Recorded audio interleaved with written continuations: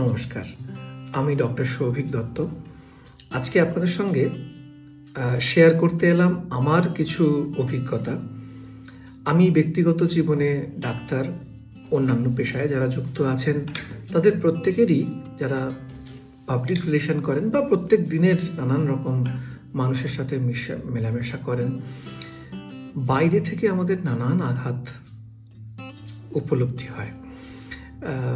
এই বাইরের যে আঘাতগুলো, যেগুলো আমাদেরকে বিব্রত করে, আমাদের শরীর মনকে বিব্রত করে, ঘুম নষ্ট করে, শরীর নষ্ট করে, বিভিন্ন সম্পর্ককে নষ্ট করে, সেগুলো থেকে কি করে পরিত্রাণ পাওয়া যায়।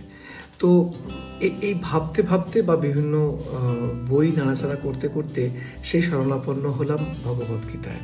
ভগবদ্গীতার দ্বাদশ অধ্যায়ে শ্রীকৃষ্ণ অর্জুনকে যেভাবে জ্ঞান দিয়েছিলেন, সেইটাই আমার মনে হয়েছে এই এই এই এই সমস্যার সমাধানের অন্যতম কারণ পথ হতে পারে। এছাড়াও আমাদের যে বেদান্ত শাস্ত্র, সেখানেও দেখা গেছে যে বেদান্তিক ইনসাইট বলে যে বিষয়টা রয়েছে, সেখানেও এই তিনটে পদ্ধতির কথা বলা হয়েছে। এক হলো নিয়মিত মেডিটেশন করা, ধ্যান করা। কোনো একটা নির্দিষ্ট সময়ে, কোনো একটা নির্দিষ্ট স্থানে, কোনো একটা নির্দিষ্ট মুদ্রায় বসে দিনের সমস্ত অংশটাকে, ঘাত প্রতিঘাত, আনন্দ, উৎসাহ, বিষাদ, অপমান এবং আঘাত, এগুলোকে একেবারে দর্শক আসনে বসে উপলব্ধি করা। সামনে যেন একটা টিভি স্ক্রিনে সিনেমা চলছে, আমি সেই ঘটনাগুলোকে দেখছি।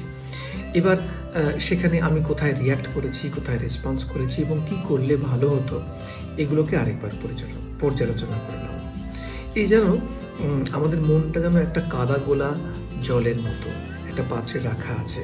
সেটাকে যত নাড়াচাড়া করব আমরা, সেই জিনিসগুলোকে নিয়ে যত ভাবনা চিন্তা করব, জল তত খোলা এবং নোংরা হবে। অর্থাৎ ধ্যানের মাধ্যমে মনটাকে হয়তো কোথাও সেই কাদা গোলা জলটাকে, মনরূপী কাদা গোলা জলটাকে কোনো একটা জায়গায় বসিয়ে রাখা। আস্তে আস্তে সেই কাদা এবং মাটি, বালি ধীরে ধীরে ধীরে ধীরে থিতিয়ে পড়া এবং থিতিয়ে পড়ার মধ্যে মনের শান্তি, চিত্ত চাঞ্চল্যটাকে স্থিমিত করা।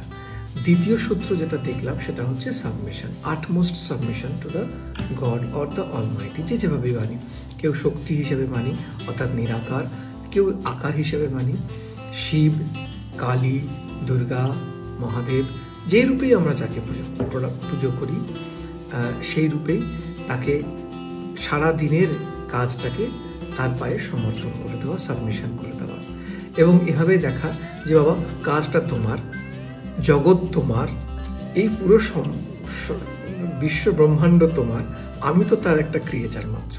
আমাকে কিছু কাজ তুমি অ্যাসাইন করেছো, সেই কাজটা আমি করার চেষ্টা করছি। আমাকে যতটুকু তুমি ক্ষমতা এবং সামর্থ্য দিয়েছো, সেই সামর্থ্যের সম্পূর্ণটুকু দিয়ে আমি সেই কাজটা করব। এর কোনো দায় কিন্তু আমার নেই। অর্থাৎ এর থেকে যদি কোনো অমৃত উত্থাপিত হয়, তারও ভাগ আমার নয়, অর্থাৎ কোনো স্তুতির অংশ আমি নই। আর এর থেকে যদি কোনো গরল বেরোয়, অর্থাৎ কোনো আঘাত এবং নিন্দা আসে, সেটাও আমার প্রাপ্য এবং অংশ নয়। এই ভাবটা রাখা, অর্থাৎ যেটাকে আমরা রাজযোগ, কর্মযোগ বলি। তৃতীয় পন্থা যেটাকে আমরা দেখলাম, সেটা হচ্ছে সেলফলেসনেস। যতটুকু পরের জন্য করতে পারলাম, ততটুকুই রয়ে গেল আমার শান্তি হিসেবে। আমার আশপাশে যারা রয়েছেন, আমার আশপাশে যে পরিবারগুলো রয়েছেন, মানুষ রয়েছেন, পুরো প্রকৃতিটা রয়েছেন, তাদের যা সমস্যা সেগুলোকে বড় করে দেখা, তাদেরকে তার পাশে গিয়ে দাঁড়ানো, তার সমব্যথী হওয়া এবং তাকে প্রতিকার করার চেষ্টা করা। কখনো অর্থের মাধ্যমে, কখনো আমার জ্ঞানের মাধ্যমে, কখনো পরিকল্পনার মাধ্যমে, কখনো শারীরিক শ্রমের মাধ্যমে তার প্রতিকার করার চেষ্টা করা। এর মাধ্যমেই কিন্তু আমরা হয়তো মনের যে আমাদের বৈচিত্র্য এবং বৈলক্ষণ্য, সেগুলোকে স্থিমিত করতে পারি, কিছুটা শান্তি পেতে পারি। সুখ তো পয়সা দিয়ে কেনা যায়, শান্তি পাওয়ার হয়তো সূত্র এই তিনটেই। নমস্কার।